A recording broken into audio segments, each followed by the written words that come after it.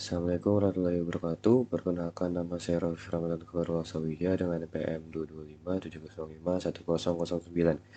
Di sini saya akan menjelaskan warna kabel UTP dan cara pemasangan kabel atau cabling pada kabel UTP. Yang pertama itu kabelan atau jenis UTP memiliki 8 warna kabel yang berbeda. Urutan warna kabelan memiliki urutan warna kabel yang berbeda tergantung jenisnya, strike maupun cross. Berikut ini urutan warna kabelan sesuai jenis kabelnya. 1. Kabel strike.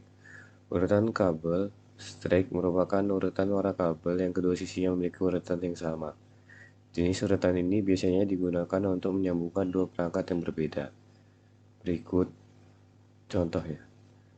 Untuk urutan yang pertama yaitu putih oranye, yang kedua oranye, yang ketiga putih hijau, yang keempat biru, yang kelima putih biru, yang keenam hijau, yang ketujuh coklat, dan yang ke-8 coklat. Yang ketujuh putih coklat, yang ke-8 coklat. Lalu kabel berikutnya yaitu kabel crossover. Berbeda dengan kabel straight, urutan pada warna jenis crossover ini berbeda-beda pada setiap ujungnya. Biasanya kabel ini digunakan untuk menghubungkan dua perangkat yang sama. Berikut contohnya. Urutannya yang pertama itu putih hijau, yang kedua hijau, yang ketiga putih oranye, yang keempat biru, yang kelima putih biru, yang keenam oranye, yang ketujuh putih coklat, yang ke-8 coklat. Lanjut untuk pemasangan kabel atau cabling pada kabel UTP. Untuk langkah pertama kita harus menyiapkan peralatan dibutuhkan, yaitu seperti konektor, crimping tool, alat pengupas kabel, dan kabel tester. Kabel tester ini nanti kita gunakan untuk mengetes apakah kabel yang kita buat berhasil atau tidak.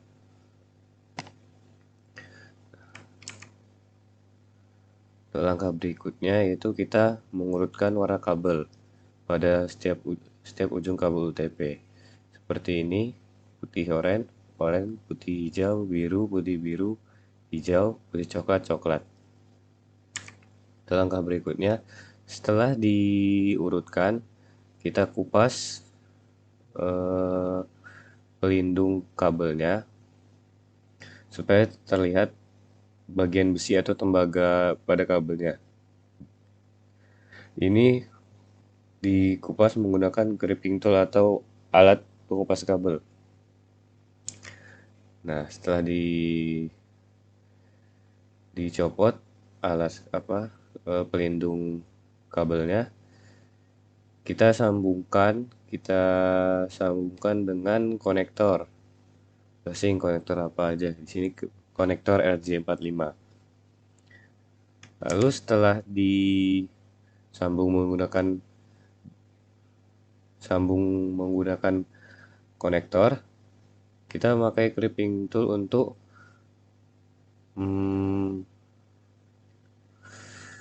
mengencangkan sambungan antara kabel dengan konektor supaya tidak terlepas menggunakan crimping tool.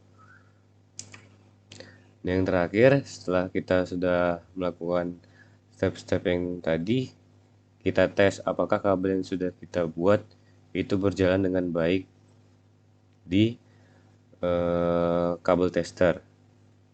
Jika sudah baik, berarti kita sudah membuatnya dengan baik dan benar pada konektor RJ45. Sekian penjelasan dari saya. Terima kasih. Assalamualaikum warahmatullahi wabarakatuh.